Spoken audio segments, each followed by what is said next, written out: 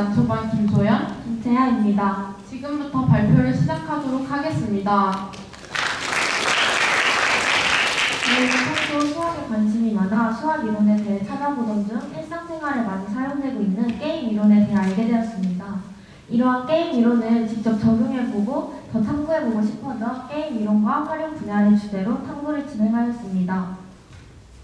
게임 이론이란 무엇일까요? 이 이론에서의 게임이 저희가 여가 시간에 오락을 위해 즐기는 그 게임일까요? 게임 이론에서 게임이란 극대화를 추구하는 행위자들이 최고의 보상을 얻기 위해 벌이는 행위입니다. 저희가 조사한 게임 이론은 한 사람의 행위가 다른 사람의 행위에 영향을 미치는 상황에서 의사결정이 어떻게 이루어지는가를 연구하는 이론으로 크게 협조적 게임 이론과 비협조적 게임 이론으로 나누어집니다. 아직 이해하기 어려우시죠? 이에 대한 이해는 뒤에서 보도록 하겠습니다. 게임 이론은 전개형 게임과 전략형 게임으로 나타낼 수 있습니다. 먼저 전개형 게임은 이 사진처럼 나뭇가지 모양으로 게임의 전개 방식을 표현하는데요. 이러한 전개 형태는 불충분한 정보를 가진 게임이나 동시에 일어나는 게임에 적용되며 보통 상대의 정보를 알고 있을 때 많이 사용됩니다. 게임을 표현하는 두 번째 방법인 전략형 게임은 주로 표로 표현하여 각 참가자들의 행동에 맞는 보상이 연결됩니다. 전략형 게임은 공식 게임이거나 각 참여자들 간의 선택을 모르는 채 진행하는 비협조적 게임을 표현하는 데 유리합니다. 이러한 게임 이론은 경매, 교통체증, 경제활동 등에서 사용됩니다. 먼저 경매에서의 게임 이론은 참가자가 입찰 전략을 조정하여 직접 최적의 입찰 결과를 얻을 수 있도록 합니다.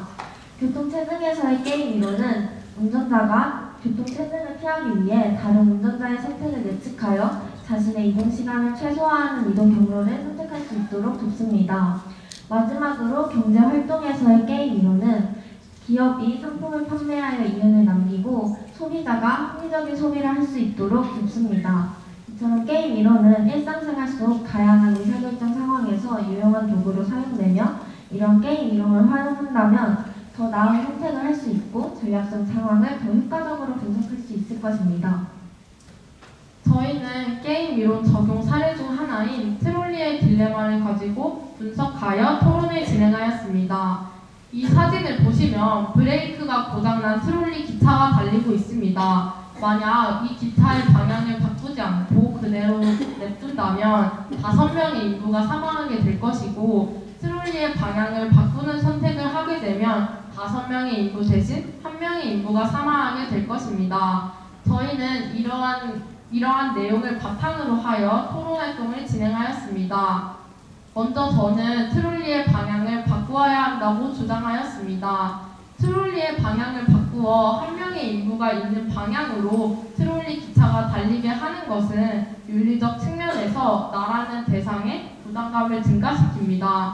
그럼에도 이러한 선택을 한 이유는 더 많은 생명을 구하기 위해 적은 생명을 희생하는 것이 가장 적은 피해를 불러온다고 생각했기 때문입니다. 따라서 저는 트롤리의 방향을 바꾸어 피해를 최소화해야 한다고 했습니다.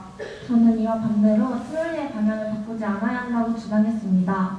트롤리의 방향을 바꾸어 트롤리가 인구 1명을 향해 달리도록 하는 것은 소수의 희생으로 다수의 생명을 살리는 방법이지만 생명에는 가치를 매길 수 없기에 다수의 생명이 소수의 생명보다 더 중요하다고는 말할 수 없습니다. 또한 트롤리의 방향을 바꾸어 인구 1명이 죽게 되면 고의성이 생기므로 살인과 같은 결과가 일어날 수 있습니다. 따라서 저는 트롤리의 방향을 바꾸지 않아야 한다고 주장했습니다. 두 입장은 다수의 이익, 생명의 가치로 서로 다른 윤리적 관점에서 시작하지만 이 문제에 대한 정답은 개인의 상황에 따라 달라질 수 있습니다. 그래서 저희는 결과와 그에 따른 영향에 대한 책임을 깊이 고민해야 함을 깨닫고 토론을 마쳤습니다. 다음으로 저희는 게임 이론을 직접 적용해보는 활동을 진행하였습니다. 저 표를 보시면 저 표는 A와 B 두 사람이 동전을 받겠습니까? 라는 질문에 네 또는 아니요 라고 대답했을 때의 상황을 나타낸 것입니다. 이 상황에서의 경우의 수를 옆에 표로 또 나타내고 분석해본 결과 A와 B는 상대 의견과 상관없이 항상 의견을 받겠다고 하는 것이 더 유리하다는 것임을 알 수 있었습니다. 이를 바탕으로 저희는 A와 B 모두 의견을 받겠다고 하는 것이 이 상황에서의 최적의 선택이라는 것으로 결론을 내렸습니다. 그리고 저희는 게임 이론에 관한 포스터를 제작해 교내에 배치하며 활동을 마무리했습니다. 지금까지 저희의 게임 이론에 대한 홍보활동 발표를 들어주셔서 감사합니다. 감사합니다. 수학에 관련해서 발표를 하신 점 굉장히 흥미로웠고요. 재밌었어요. 근데 혹시 그 수학 이론 중에 일상생활에 도움이 되는 것들도 있고 도움과는 조금 거리가 먼 것들도 있는데 왜 일상생활에 활용이 많이 되는 분야를 선택하셨나요?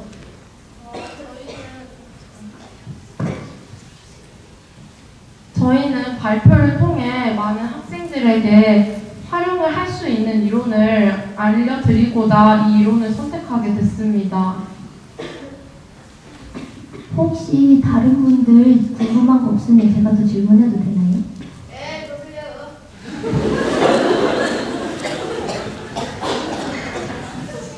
트롤리 딜레마와 관련된 토론에서 저는 그게 게임 이론을 적용한 건지 그러니까 수학적 이론을 해서 토론을 한 건지 그 근거가 수학이 있다고 잘 판단이 되지 않는데요. 그 근거가 수학적인 이유를 설명해 주실 수 있나요? 저희가 사실 처음에는 수학 이론으로 접근해서 모든 것을 풀어내려 해봤었는데요. 사실 그렇게 하니까 범위가 좁아져서 해결하는 데 어려움을 겪었습니다. 그래서 저희가 이 문제를 받았을 때 어떻게 풀어내는 것이 좋은지 파악을 하였고